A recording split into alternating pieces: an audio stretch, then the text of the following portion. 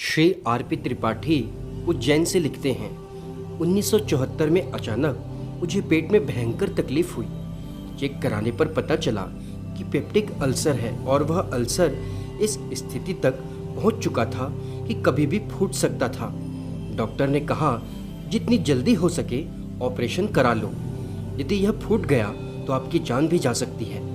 मुझे तकलीफ इतनी ज़्यादा थी कि मैं तो घुट पानी भी नहीं पी सकता था। कुछ ही दिनों में मेरा वजन 20 किलो कम हो गया था।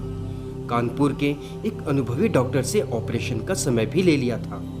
गायत्री परिवार के समर्पित कार्यकर्ता श्री मोतीलाल जी मेरे अच्छे मित्र थे। उन्होंने कहा ऑपरेशन तो कराना ही है, पर क्योंकि हम गुरुजी से जुड़े हैं तो ऑपरेशन के पहले गुरुदेव के दर्शन कर लें तो अच्छा रहेगा। हम गुरुदेव के दर्शन करने शांति कुंज पहुँचे। गुरुदेव ने देखते ही पूछा, सब ठीक ठाक है ना? मैंने कुछ नहीं बताया, पर मेरी पत्नी ने सब हाल बताया और कहा, गुरुदेव ऑपरेशन कराना है, आपका आशीर्वाद चाहिए।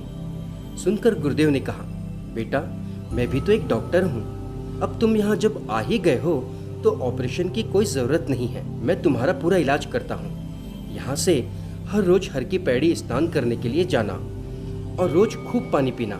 रोज शाम को मेरे प्रवचन में भाग लेना और कल मनसा देवी के दर्शन करना।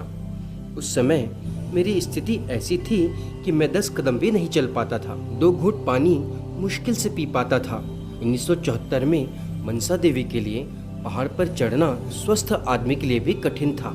उस पर भी आश्चर्य की बात, गुरुजी बोले हर की पैड़ी पर दही बड़े और गोलगप्पे जरूर खाना। यह तो मेरे मन की बात थी, क्योंकि दोनों ही मुझे बहुत अच्छे लगते थे। मैंने गुरुजी के कहे अनुसार किया। हर की पौड़ी नहाने के लिए गया।